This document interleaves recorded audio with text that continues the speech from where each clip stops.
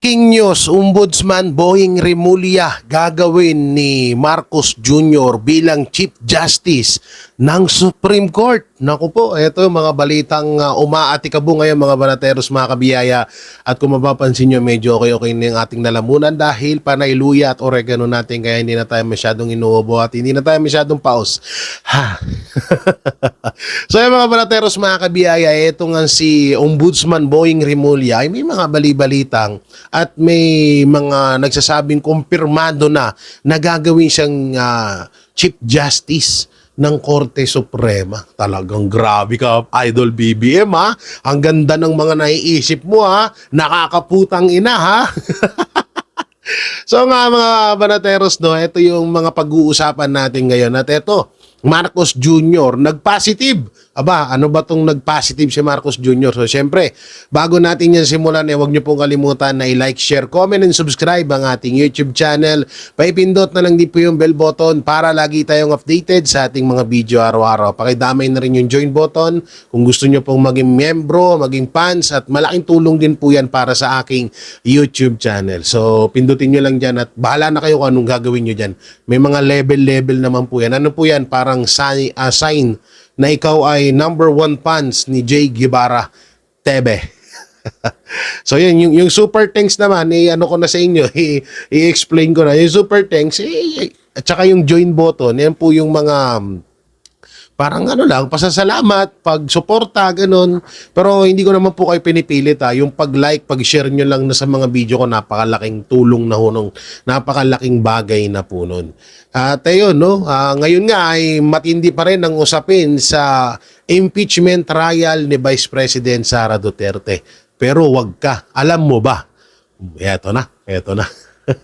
Alam mo ba na gumagastos ng 25 million sa kada hearing sa impeachment trial ni Vice President Sara Duterte. Ay, grabe, no? So, may natitira pa pong 92 days, no? 92 days times 25. So, equal, magkano to? 2,300, no? So, 25 million times 92 days, gagastos po ang kabuuang impeachment trial laban kay Vice President Sara Duterte na tumatagingking na 2,300 million pesos. Oo, grabe ang ginagastos po ng Malacanang para lang hudyaan. Ang ginagastos ng Senado para lang hudyaan sa impeachment trial ni VP Sara Duterte. O mga basher, labas, sasabihin nyo na naman. Kasalanan ni VP Sara yan kasi gumawa siya ng katarantaduan. Ulol! Kung talagang impeachment ang usapan, mas karapat dapat i-impeach si Marcos Jr. sa dami niyang pinagnanakaw sa kaban ng bayan. For your information, motherfucker. So yung mga banateros nga, no, nalaman ko po ito sa isang video ni Attorney Paulo Panelo Jr. na nagkakahalaga pala ng 25 million ang ginagastos sa araw-araw na hearing sa impeachment trial. So nakakapagtaka lang na bakit ganun kalaki. At akala ko ba sinasabi ng mga BBM senators at ng mga congressman na ito ay malaking tulong daw sa sambayan ng Pilipino kapag na-impeach daw si Vice President Sara Duterte. Kung ganito pala kalaki ang ginagastos sa kada hearing araw-araw sa impeachment trial ni VP Sara Duterte at ito ay sa kabuuan ay nagkakahalaga ng 2,300 million, di hamak na mas makakatulong siguro to sa mga kababayan natin kung ilaan nitong pera na to sa mga nasasalanta ng baha ngayon. Grabe na naman ang baha ngayon sa Pilipinas. Shout out kay Senator Erwin Tulfo. 'Di ba? Sinabi mo na wag nang pakialaman, wag nang intindihin ng flood control scam, wag nang i-hearing. Wag nang i-hearing dahil anong pinaka matibay na dahilan mo doon? Dahil baka mabisto ka, nadawit ka talaga? O dahil gusto mong mahirapan ang bawat Pilipino sa nangyayaring baha ngayon? So shoutout sa iyo, Senator Erwin Tulfo ha. Hindi hindi makakalimutan ng sambayan ng Pilipino yung sinabi mong yan. No? So yun, no? Grabe talaga mga banateros, mga kabiyaya. talagang pera, buti sana kung pera ng mga senador etong ginagastos sa hearing na to. Kaso pera ho natin yan. Pondo po ng taong bayan ang ginagastos sa kada hearing na yan. Tapos malalaman natin na ganito pala ang kanilang gagawin. Ganito pala ang kalaki ang ginagastos dyan. Ang tindi, no? Biruin mo, 25 million per day. Ang pinagtataka ko, bakit ganun kalaki? Ano yan? Pangpasahod ba sa mga pasahod ba or pangkain? Pasahod ba sa mga empleyado sa Senado? Pangkain nila? So, paano tumataginting na ganyan? Ang tindi naman pala. So, ibig sabihin, talagang gumagastos ng pera ang Senate sa walang kakwenta-kwentang bagay. Sa tutusin, wala hong kwenta yan eh. Yung impeachment trial ni VP Sara Duterte, walang kwenta yan. Hindi makakatulong sa bansa natin yan. Bakit?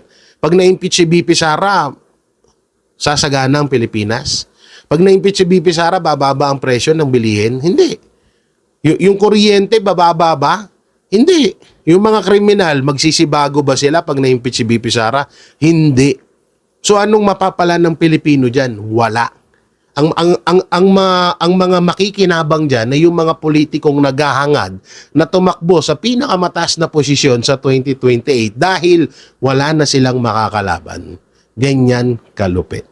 So eto na nga, no, pag-usapan po natin. Pag-usapan po natin etong matinding balita ngayon na kung saan, no, etong secret plan. Hindi ko alam, dito tayo banda. Yan, dito tayo. Etong secret plan na sinasabi ni Congressman Leandro Libiste. Basahin natin, may kita nyo dyan sa screen. Secret plan, Libiste. Tinanong si Tinio kung bakit ipinost ang larawan ng kanilang sikretong pagpupulong kasama ni Irice. Nagtanong si Batangas 1st District Representative Legarda Libiste kay Teacher Party List Representative Antonio Tinio kung bakit nito ibinahagi sa social media ang larawan ng kanilang pagpupulong kasama si Caloocan Representative Egay Irice na may kaugnay umano sa isang secret plan.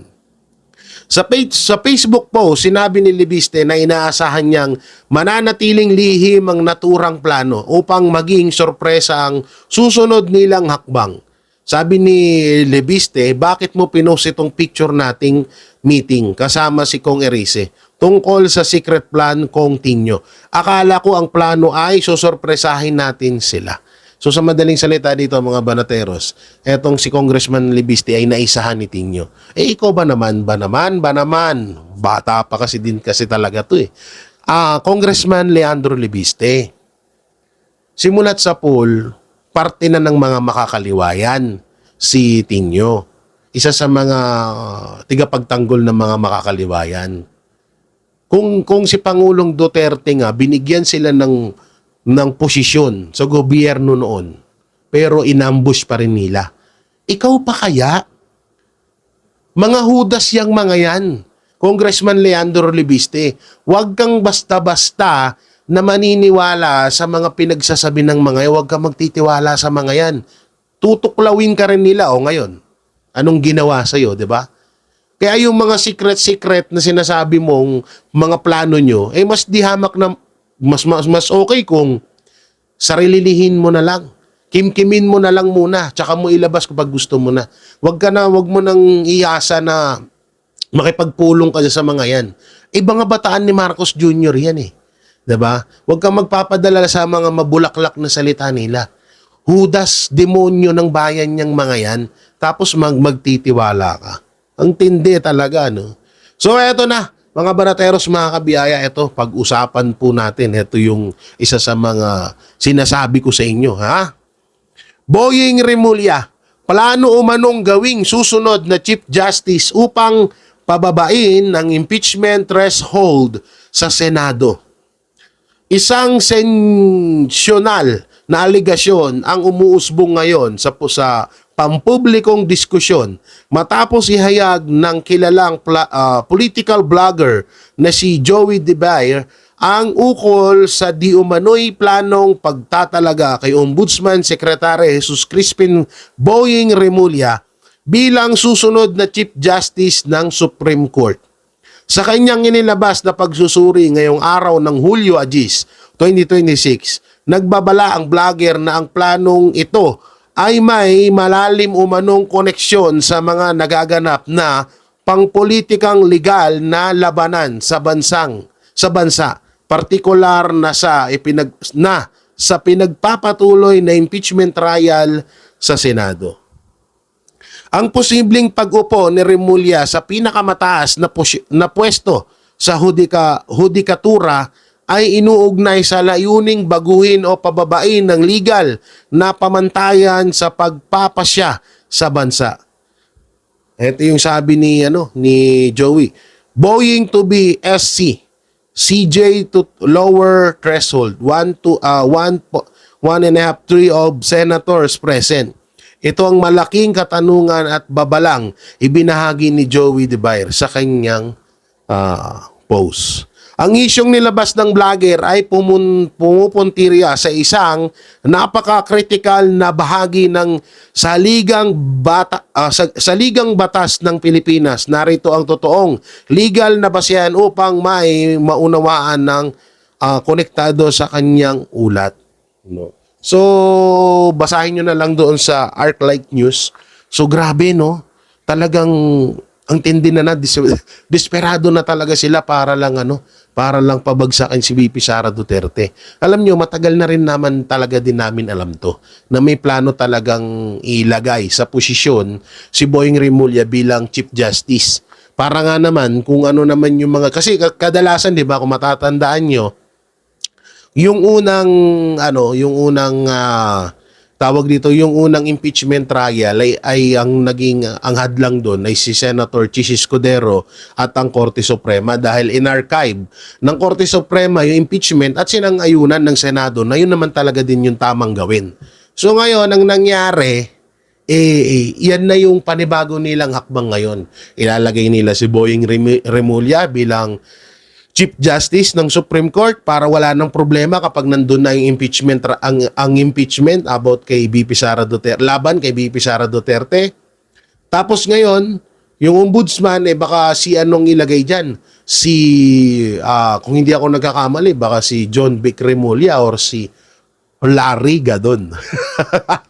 Tapos, ang pagiging DILG, baka totoo nga yung bali-balita ng nakaraan na si Garapatang Trililing ang ilalagay dyan. Naku, mahirap yan. So grabe talagang kademonyohan na to. Pati yung konstitusyon, yung batas natin, wawasakin nila para lang makontrol nila at para lang mapatalsik ang mga Duterte sa posisyon. Grabe. Ang lupit nun, ha. Talagang kakaiba, ha. Oo. So, alam naman natin kung gaano nakawalangya, kademonyo, ang pag-iisip ni Marcos Jr. Pwedeng-pwede niyang gawin yan bukas ang makalawa or mamaya. At speaking of Marcos Jr., BBM, nag-positive. O eto, easy lang kayo mga basher. Babasahin ko pa Ha? O eto, may kita niyo dyan sa screen, ha? Magpo-positive lang kapag nagpa-hair follicle test na. Ito ang reaksyon ni dating COA COMELEC Commissioner Attorney Rowena Guanzon kasunod ng paglabas ng ilang survey firm kabilang ang pinakahuling Asia survey na nagpakitang 50% ng mga Pilipino ang hindi approve sa kabuoang performance ng gabinete ni Pangulong Ferdinand Marcos Bangag Jr.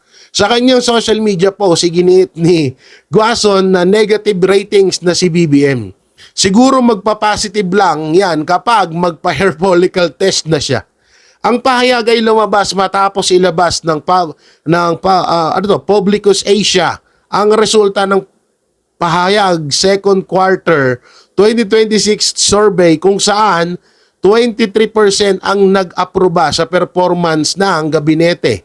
Samantalang 27% ang nananatiling ayaw or 50% ang nagpahayag ng disapproval ayon sa survey firm. Ang tanong ay, tumukoy sa kabuuang performance ng lahat ng miyembro ng Administrasyong Marcos mula Hunyo 2022 hanggang sa kasalukuyan. Putang ina naman kasi. Paano man din hindi bababa ang ratings mo para yung BBM? Putang ina mo, hayop ka. Kung sino yung mga lumalaban sa korupsyon, yun yung pinapakulong mong hinayupak. Ako di ka ba naman sandamakmak na tanga? Di ba? Oh, tapos ngayon mag-accept ka ng mataas na rating sa amin, ng mataas na approval ratings. Ano kami? Ulol? Lulo mo. 'Di ba? Ano kami ulol na para kahit ganyan yung katarantaduhan kademonyohan na pinagagawa mo, sasang-ayon kami. Ulol. Tigil-tigilan mo kami diyan, ha? Oo, wala kang mauuto dito. Oo, tigil-tigilan mo yung mga pinagagawa mo niyan. So yan yung isang pwede mong gawin. Magpa-hair follicle test ka para mag-positive yung ratings mo. Samantalang ito, ipapanood ko sa inyo. Itong video na kung saan ay napakagandang paliwanag ni Attorney Paulo Panelo Jr. mapatungkol ho dito sa impeachment na to. At marami ditong nabunyag, ha. So ito po, panoorin natin para lubuso nating maunawaan. Opo, mali ba yung sa panig ng prosekusyon, yung pagtayo at pagtatanong ni Senador Risa Hontiveros, attorney? Well, yung pagtatanong niya, parang karapatan naman niya yun bilang huwes na mag-clarificatory question. Siguro ang hindi lang masyadong angkop is siguro at that stage is yung pagtanong niya ng legal argument kasi mukhang hindi yun yung sapat na or yung tamang panahon nung specific timing lang na yun. Hindi yun yung nararapat na panahon para magdebate ng legal arguments kasi at that time ano pa lang siya, presentation ng evidence or paglalatag lang ng facts. Pero maganda yung tanong niya kasi tama naman siya.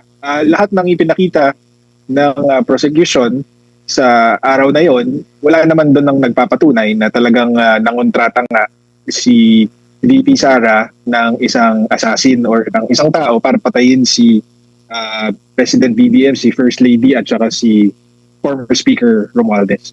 Opo. Sa mata po ng mga ordinaryong Pilipino na hindi na rin naabutan or nakalimutan na yung pinakahuling impeachment trial kay Chief Justice Corona, kung manunod ka talaga, parang ang bagal ng ang bagal ng takbo sa loob ng 3 araw, ang bagal ng nandun pa lang sa isang witness, ang daming tanong, ang daming mga objection, magkabilang panig. Normal ba ito lalo na sa regular court kasi bihira lang, hindi lahat ay nabibigyan ng pagkakataon na makapanood ng kagaya nitong trial, attorney? Depende kasi yun sa estilo at strategy ng bawat abogado eh. So may mga hearing na talagang matagal pinaabot yung presentation ng witness dahil maraming ang objection tapos paminsan naman mahaba lang talaga yung testimonya. So parang dito makikita natin na bawat panig mahilig mag-object on technical grounds. Kaya tumatagal. Hindi ko na matandaan masyado kung ganun kadalas mag-object noong mga panahon na yun sa impeachment trial ni Justice Corona. Pero yun, sana nga sa mga susunod na hearings mas mabawasan yung mga objections lalo na on technical grounds. Kasi one, nakakasagabal siya sa pag-usad ng testimonya. At pangalawa, pag masyado kasing technical, kahit na kunyari nasa panig ka ni VP Sara, baka lumabas na puro technical grounds ang objections, ayaw niyo lumabas yung katotohanan. Para sa akin kasi, kahit lumabas yung katotohanan, mapapatunayan na hindi impeachable yung mga inaakusa kay VP Sara or hindi niya ginawa yung mga inaakusa sa kanya. So kung ako ang tatanungin, ililimit ako yung objections dun lamang dun sa mga mahahalagang bagay.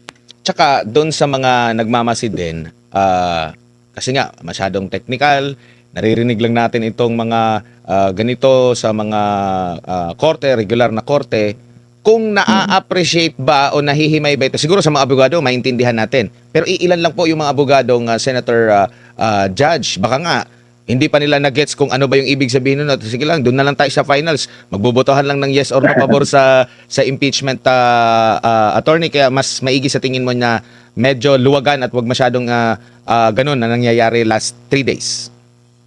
Mm. Ako personally, ang estilo ko kasi sa trial, pinipili ko lang yung objections ko kasi pagka masyadong madalas, parang nakakainis din siya doon sa judge, 'di ba, sa huwes.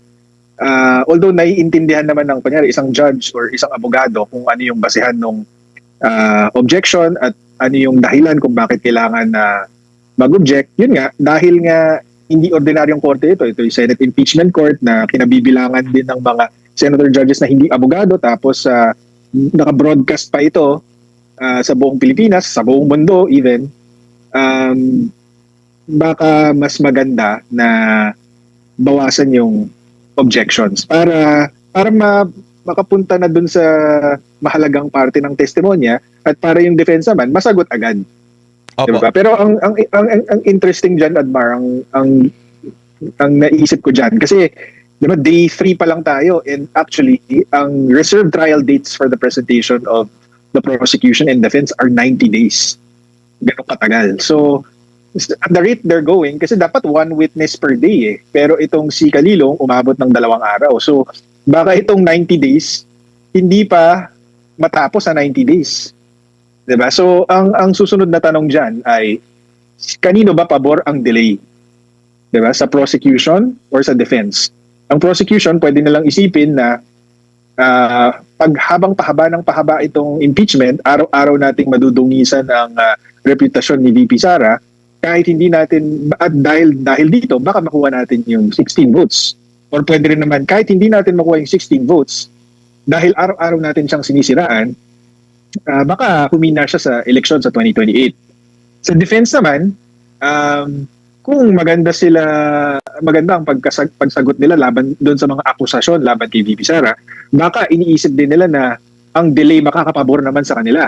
Dahil habang palapit ng palapit ang 2028, at hindi natitibag si VP Sara, palakas ang impluwensya niya sa taong bayan at even sa mga senator judges na syempre may mga political considerations din iniisip. At ang isa pang mahalagang dapat tandaan is sa isang trial, ang huling nagrepresenta ng evidence ay so dun sa 90 days, kung matapos man sa 90 days, yung last 30 days na presentation, defense yan. So baka mas tumatak sa isip ng tao yung ebidensya ni VP Sara dahil siya ang huling sa kanya ang huling salita. So yun ang dapat natin bantayan doon sa mga delays na yan. Si kanino ba nakakapabor yan? Pero ultimately ang tingin ko dito, dahil nauubos yung oras ng Senado at syempre pati yung ibang mga government officials dahil tinatawag silang mga testigo diyan, pati na yung mga House panel prosecutors, ang talo dito actually yung taong bayan kasi nakaka-distract itong impeachment trial sa tunay na trabaho ng gobyerno, which is pagandahin ng buhay ng mga mamamayan. Wala namang makakabuting buhay, mapapabuting buhay dito sa impeachment trial na ito. At narinig na nga natin na magkano ba, 25 million a day ba ang ginagastos ng Senado sa bawat sesyon. So imbis na yung 25 million ginugugol para sa paglikha ng batas na makakaginawa sa buhay natin, pinag-aaksaya natin ang panahon dito sa impeachment trial na sa aking palagay wala namang basihan. Opo, dito po sa presentasyon ng witness, sa tingin nyo po irrelevant ang witness? Why not panoorin na lang ng buo, maglatagan na lang kung ano ba yung konteksto na sa panig, lalo na sa depensa at sa prosecution naman, i-emphasize nila na talagang merong na-commit? Kasi parang nandun pa yung pinag-uusapan sa paano na-preserve yung yung pag-handle ng video, bakit hindi kinunan ng yung mga ganun pa ang napag-uusapan na attorney. Oh, actually yun nga, pwede namang ang tawag diyan, doon sa pre-trial kasi pwede kayong mag-stipulate na ito hindi mo na kailangan patunayan to kasi nangyari naman talaga yan. So kunyari yung Zoom meeting kung saan nagsalita si VP Sara, doon sa pre-trial, pwedeng nag-concede na lang yung defense na kasi nangyari naman yan so hindi mo na kailangan patunayan yan. So mapapabilis sana yung takbo ng trial. Pero mukhang one of the strategies na ginagamit ng defense is all available defenses, which is well within their right. Di ba? Kasi totoo naman ako bilang observer, madaling magsalita kasi wala ako sa lugar nila eh. Di ba?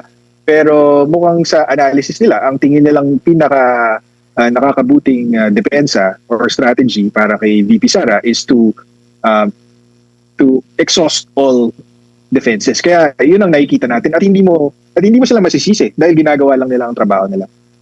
Opo. Doon po sa konteksto naman, no, sa day 3 na ilahad, yung siguro bahagi pa lang, di ko masabi kung konteksto na ba yun sa pagkakaintindi ng depensa, yung ilan sa mga videos, lalo na yung mga pahayag ni Attorney Zulaika Lopez at yung sa closing remarks, no, kung ano ba yung pinaghuhugutan, bakit nabanggit yun ng pangalawang Pangulo. Sa tingin nyo po, mabigat ito lalo na sa panig ng depensa na mas lalong maintindihan ng mga senator judge at ng sambayan ng Pilipino. Bakit kaya yun nasabi yun, nabanggit ni Vice President Sara Duterte?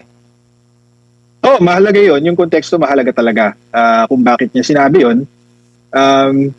Kasi put yourself in her shoes, di ba?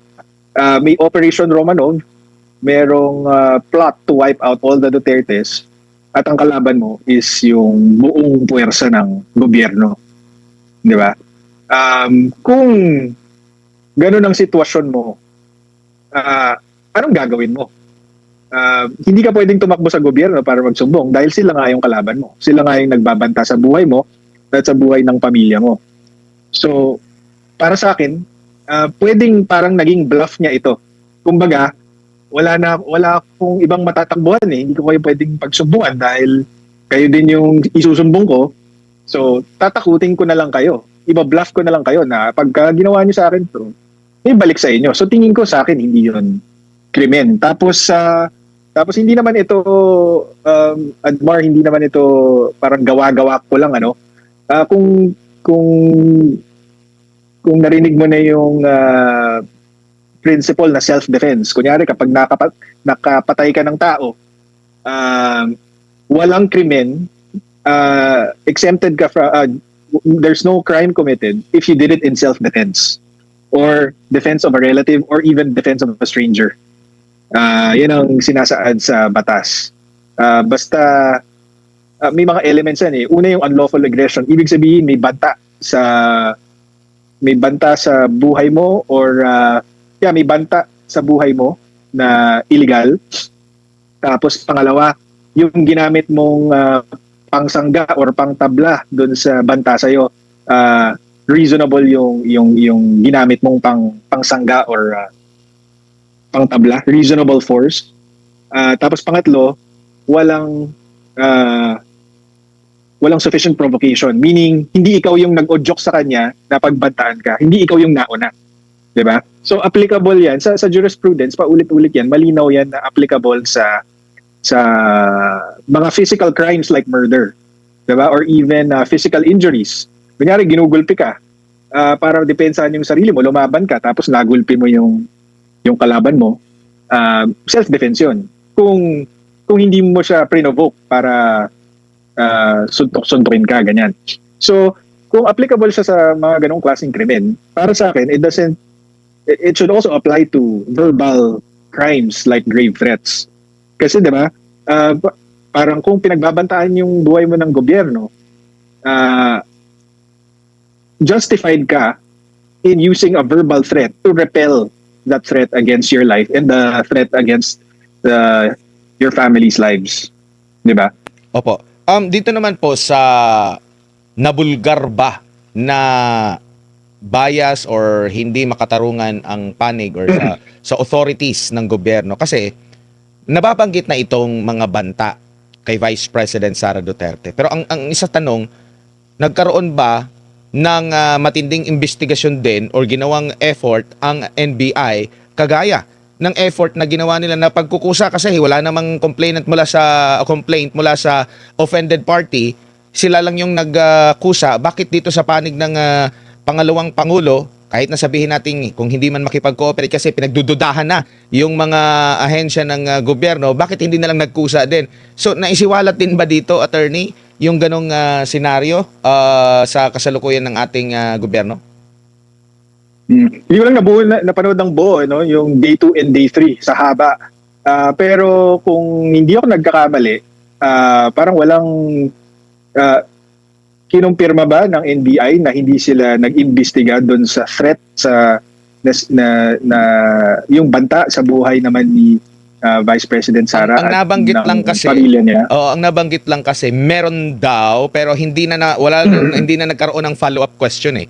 Pero pagpalagay natin na kung hindi man makipag-ugnayan kasi magkadalang isip kung pagbabasahin mo yung closing remarks, nandun na talaga yung ano eh, parang tinanggal yung kanyang proteksyon, yung kanyang mga security, nalalaman na ang kung saan siya papunta, meron ng nagpo-profiling. So kumbaga nawala na siya ng pag-asa siguro, no, na maniwala pa. Pero still like kagaya doon sa pagkukusa, yun yung question eh. Mas more doon sa pagkukusa nila na kahit hindi sila yung offended party, inimbestigahan ko ito kahit na base lang sa mga statement yung mga pahayag at umusad yung kaso, attorney. Sa akin ang takeaway ko diyan is kung hindi sila nag-imbestiga doon sa banta sa mga Duterte, dalawa lang 'yan. Tinignan nila tapos nakita nilang meron kaya hindi nila sinasabing chinek nila or hindi talaga nila chinek ng sadya dahil alam nilang meron. Diba? Or wala silang pake. So either kahit anong option ang piliin mo, meron talagang kakulangan yung mga otoridad at kakulangan sa pag-imbestiga at saka sa fairness in the investigation.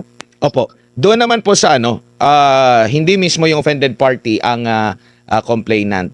Usual po ba ito? Kasi sa pagkakalam ko, parang ganito rin yung naging puna sa unang bahagi ng kanilang pag-iimbestiga nung sinubmit nila. Tapos biglang naaprubahan naman daw. Meron silang explanation doon kasi hinugot lang mula sa mga payag, video statement, video statement yung kay kay Marcos Jr., speech yata yung kay Romualdez. Pwede ba 'yon? Bakit hindi mismong sinumpaang salaysay? Kasi alam naman natin, yung mga senador nga na-offend, nagfa-file din ng cyber libel. Bakit hindi kaya sila nag-file na lang mismo at NBI yung naging complainant? Parang may taga-reklamo sila kahit na sila yung sinasabing na-offend doon sa pahayag ng pangalawang Pangulo, attorney. Totoo yun. Hindi sila, yun ang napanood ko ata yun na sinabi ni Calilong na wala siyang personal knowledge na nag-file ng complaints itong si BBM, si Lisa Marcos or si Martin Romualdez. Hindi ko lang matandaan kung requirement ito para magkaroon ng ganitong klaseng krimen na sabihin ng mga tinarget nung quote-unquote grave threat na na-threaten sila. Pero malaking bagay yan kasi sa ordinaryong kaso, hindi naman uusad ang isang complaint kung yung offended party ay hindi magrereklamo. Kasi ibig sabihin, di ba, hindi siya na-threaten, di ba? Or hindi niya sineryoso yung threat. So magandang i-emphasize yan kasi nagpapatunay na kahit yung mga pinangalanan ni VP Sara, sila mismo, hindi nila sineryoso yung di umanong banta sa buhay nila. Opo, dito naman tayo sa mas mahalaga din. Yung sa unang tatlong trial, nabanggit ng presiding officer na 16 ang kailangan para ma-convict, no? Tapos walang pagtutol ukol dito. The next day, may paglilino, pag-question kung ito ba ay legal opinion lang or paninindigan ng impeachment court at nag-affirm ang presiding judge dito. So, hindi na ito mababago, sir, kasi naaprobahan na nila yung journal sa mga nakalipas na mga pagdinig nila and walang tumutol. So, all the way sa nababanggit mo nga na 70 araw na possible na trial days, ito na yung kanilang paninindigan at hindi na ito pwedeng mabago ng kahit anumang motion or kung ano ba. Pwede naman silang magbago ng isip. Pwede naman silang magbago ng isip pero mukhang definitive naman yung pagsabi ni Chis Escudero at sabi mo nga wala namang tumutol sa mga senador whether majority or minority na paninindigan nila yung 16 unless may ibang ruling ang Korte Suprema. At ang interesting doon ay Kinabukasan nga, pagkatapos sabihin ni Senator Cheese Escudero yung ruling ng impeachment court, lininaw ni Senator Ping Lacson na ruling siya ng impeachment court at kinonfirm niya na dahil ruling siya ng impeachment court, pwede na itong iakyat sa Korte Suprema kasi justiciable controversy na siya. So, yun ang interesting doon kasi mukhang kung sino man ang nagtutulak na bawasan yung threshold vote na 16, mukhang yun ang balak na iakyat sa Korte Suprema yung question. So, medyo nakakatakot isipin kung kasi all the while, Admar, ang paniniwala ako is leading up to the impeachment trial, ang gagawin talaga nila is i-justify nilang pababain yung number of votes required to convict. Kasi halos inaraw-araw nila yan eh. Di ba? Pinakulong nila si Senator Jinggoy, si Senator Marcoleta, inabol nila si Senator Bato. Tapos nag-take over sila ng majority ng Senado with 12 votes. So, parang, tapos di ba, may mga balita na tinakot nila si Cheese Escudero at si Senator Joel Villanueva na kung hindi sila umanib sa majority, ipapakulong din sila. So, dun sa mga ginawa nila bago itong impeachment trial, ang buong akala ko is yun ang gagawin nilang strategy para makuha yung conviction ni VP Sara. Babawasan nila yung threshold vote. Pero, yun nga, as a surprise, on the first day of the impeachment, they conceded already na 16 ang votes required. Para sa akin, dahil parang it's yung ginawa nila before impeachment trial, it's so much work just to give it up on day one of the impeachment trial. So medyo nakakatakot yung implication nun kasi baka one, confident silang makakakuha sila ng desisyon sa Supreme Court na magsasabing less than 16 is okay to convict, or baka ang tingin ng mayorya at ng Malacanang ay kaya nilang makakuha ng 16 votes sa, yun nga, yung pananakot nila ng kaso. Opo, doon naman po sa posibilidad na lahat ng mga nangyari sa 3 araw na impeachment trial under kay Senator Cheese Escudero, if ever na katigan ng Korte Suprema yung petisyon na inihain ng mga abogado ng grupo ni Attorney Israelito Torion, sa tingin nyo po, mawawala lahat ng mga pinagagawa nila na mga desisyon, lahat noong unang 3 araw po, Attorney? Well, posible yun. And baka yun nga yung prayer ng petitioners doon sa kaso na yun. Kasi nga, totoo naman na unconstitutional naman talaga na ang isang hindi Senate President ang maging presiding officer sa impeachment. As explained nga nung magkapatid na Senador Alan Peter Cayetano at ni Pia Cayetano, bagamat hindi nakasaad sa konstitusyon na dapat Senate President ang magpre-preside sa impeachment trial, kaya lang siya hindi nakasulat dahil yung framers na mismo ang naglinaw sa deliberasyon para sa konstitusyon na kaya hindi ilalagay na Senate President ang presiding officer sa impeachment ng kahit sinong opisyal maliban lamang sa presidente, ay dahil understood na ito. So nagdesisyon sila na hindi na kailangan isulat. Parang ang naging explanation is pag presidente ng Pilipinas ang nakasalang sa impeachment, ang magiging presiding officer ay ang Chief Justice ng Supreme Court. For all other cases, Senate President. Pero understood na yun, kaya hindi na kailangan isulat. So unconstitutional talaga yung pagtalaga kay Senator Escudero bilang presiding officer. At makikita natin kung magre-resulta ito sa pag-void ng entire proceedings. Sana hindi naman dahil medyo medyo effective si Senator Escudero bilang presiding officer. Para sa akin, he's handled it as well as anyone could. Kasi so far, binibigyan niya ng pagkakataon yung bawat panig na binibigyan niya ng leeway yung bawat panig na sabihin ang gusto nilang sabihin. Hindi masyadong technical siya mag-rule on the objections.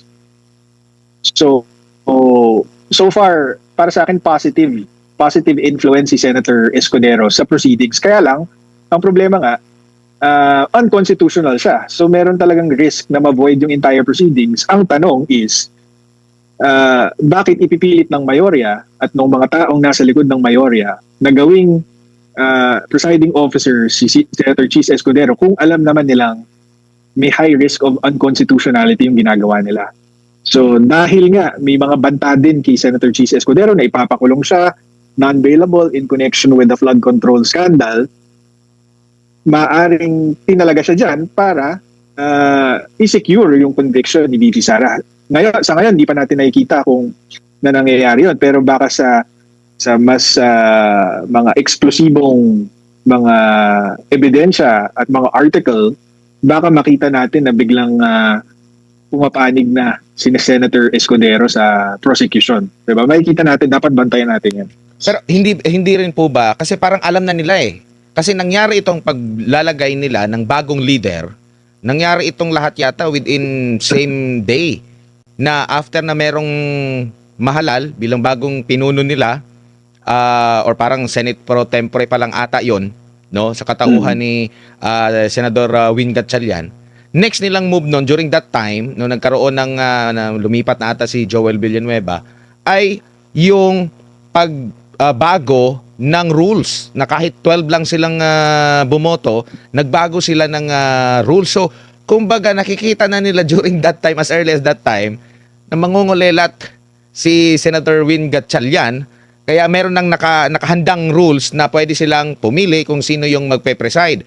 Na-finalize lang yung pagiging Senate President ni Senador Win nung lumipat na si Senador Cheese Escudero, kaya nakakuha sila ng 13. Hindi na questionable yung pagiging Senate President niya. Ang questionable ngayon, doon sa pag-amyenda nila sa rules na una, maliban doon sa 12 lang, meron pang sinasabi si Senador Alan Peter Cayetano na dapat may 1 day na abiso mula sa kanila kung merong mga pagbabago, lalo na sa rules of impeachment, attorney. Yeah, tama naman lahat yun. Na mukhang ganong kaaga plinano lahat ng ito. Pero yun, the fact remains. So far so good. Para sa akin, Senator Cheese appears fair and he's handling it well. Kumbaga, kung siya yung judge ko sa korte, sabihin ko, mahusay siya.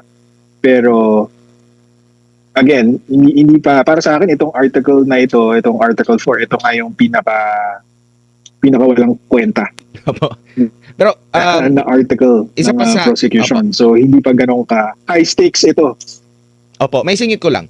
Maaari bang, halimbawa kasi parang ang pagbabalik ng kanilang sesyon ay sa SONA pa, no? Or after SONA, maaari silang, or during SONA, pwede pa bang mabago yun? Halimbawa, doon nila i-finalize na, kasi may 30 na sila eh. Doon nila i-finalize ulit, magbotohan sila ulit doon sa pagbabago ng impeachment rules na pwede silang pumili. Pwede pa ba yun na mahabol sa tingin nyo po, attorney? If ever man na wala pang desisyon ang Korte Suprema, pero mas magmumukha tuloy na mas malinaw na kaya nila inulit itong pag-amyenda kasi alam nilang mali, pero dahil 30 na sila, kaya sinilyohan nila. Maring ganun. Pwede rin ba yun, attorney? Tingin ko, ang posisyon nila dyan is nung naging 13 na sila with Senator Joel Villanueva, in-approve daw kasi yun ang narinig kong justification ni Senator Win eh. While it is true na 12 lang sila nung pinalitan nilang impeachment rules, nung 13 na sila, in-approve yung minutes of the session prior. So para sa kanila, ang position nila is valid na yung pag-elect nila ng presiding officer. Pero it doesn't really matter kasi kahit na-approve na yung rules na yan, kung labag yan sa konstitusyon, kahit 24 pang mag-approve dyan, unconstitutional yan. Opo. At if ever po, nakikita nyo po ba na medyo mangangamote si Senador Win Gatchalian kung siya, halimbawa, ibabalik sa kanya yung pag-preside, attorney, ano nakikita nyo po? Oo kasi medyo unfair to have unfair for him and unfair to the parties to have a non-lawyer preside over the impeachment. Kasi nakita nyo naman, napaka-technical ng objections. Imagine nyo kung non-lawyer, kahit hindi naman si Senator Gatchalian eh. Imagine nyo, kunyari, hindi napalitan si Senator Tito Soto. Imagine nyo siya mag-preside sa sa impeachment court. Yun nga eh. Hindi ba magiging katawa-tawa yung proceedings kung gano'n? Opo. Tingin ko masyado nilang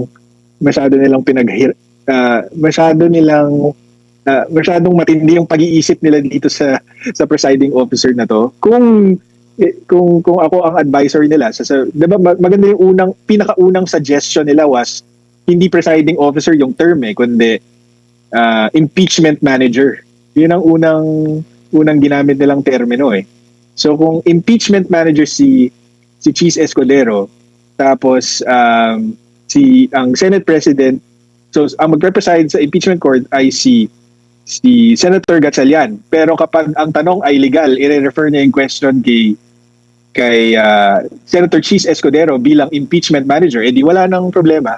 Pero pinilit kasi nila yung presiding officer Pero So, ang optics niyan, attorney, magiging katawa-tawa talaga sila kung meron. Mas maganda kasi ngayon, nakaupo si Senator Gatchalian, di siya nagsasalita. 'Di ba? Tapos si Senator Cheese Escudero lang ang nagsasalita, nag-rule. At least, kapag ganun yung setup, i-refer niya, pagka legal yung tanong, edi may role yung Senate President, may Pwede rin. actual role. Pero sa tingin Diba? ko, parang either way, mas pangit yung optics, lalo na kung may pangarap si Senator Win sa mas mataas na posisyon. Kasi, ganyan pala, bakit inaasa, bakit hindi na lang, na lang ang gawin nilang Senate President, which is ganyan din yung nabanggit ni Senador Robin Hood Padilla. Nakikita niyo po ba na miscalculate nila ang mga pangyayari? Hindi ko alam kung na-miscalculate nila. Hindi, ako, Admar, diba nakakailang taon na ba tayo? Pang-4 na taon na natin to sa ilalim ng Administrasyong Marcos. Hindi ko masasabi na marami silang miscalculation, pero pinapanindigan nila yung miscalculation nila. Yun ang nakakatakot. Kasi kahit nagkamali sila, ipipilit nila at habang tinotolerate ng taong bayan, itutulak nila. Kaya pagka ini-interview nyo ako, palagi ko sinasabi, bantayan natin, di ba? Huwag nating papalagpasin. Kasi yun ang nangyayari. Yung mga batas, yung konstitusyon, binabali. Kung hindi tayo nakabantay, itutuloy lang nila kung anong gusto nila. Kaya, ayun. Yun ang pananaw ko dyan. Opo, maraming salamat po sa inyong oras at panahon ngayong 10 oras ng gabi sa uli. Yun mga banateros, ang lupit ng pahayag ni Attorney Paulo Panelo. Alam nyo, talagang etong mga defense team ni VP Sara Duterte, yung mga lawyer na mga pinagtatanggol or pinaglalaban yung tama, katulad nila Attorney Turion, Attorney Topacio, Attorney Jimmy Bondoc, Attorney Niel, at yung defense team ni VP Sara Duterte talagang talagang hinahangaan ng bawat Pilipino at talagang tinatandaan nila yung mga ginagawa nila dito. Yan dapat talaga yung tularan ng mga kabataan na may mga hangarin or may mga pangarap na maging isang batikan or isang maayos na lawyer sa bansang Pilipinas. Kasi yung ibang mga lawyer dun sa kabila nagtuturo ng katarantaduhan puro mali-maling batas. Sa totosin lang may isang lawyer na puro sobrang ingay na mali-mali naman yung ipinapahayag na batas. Oo, sa totoo lang kahit papano etong lawyer na to ay di ko na lang babanggit kung ano pangalan, pero putay na sobrang balingo yung mga pinagsasabi niyang mga batas. Sobrang foul, sobrang malayo sa katotohanan. So yung mga banateros, mga kabiyaya, nung maiko-komento nyo ho dito sa mga napag-usapan natin, payag ho ba kayo na maging Chief Justice etong si Boying Remulla? At anong masasabi nyo sa panibagong trust ratings ni Marcos Jr. at dito sa nangyayaring impeachment trial laban kay Vice President Sara Duterte? I-comment nyo lang po dyan sa baba. Siyempre, don't forget to like, share, comment, and subscribe sa ating YouTube channel. Paipindot na lang din po yung bell button para lagi kayong updated sa ating mga video araw-araw. So maraming salamat. Ingat po kayo palagi. God bless and peace. And bye-bye. Yan ang panatero, walang inuurungan. Pag tama palakpakan, pag mali ay babanatan.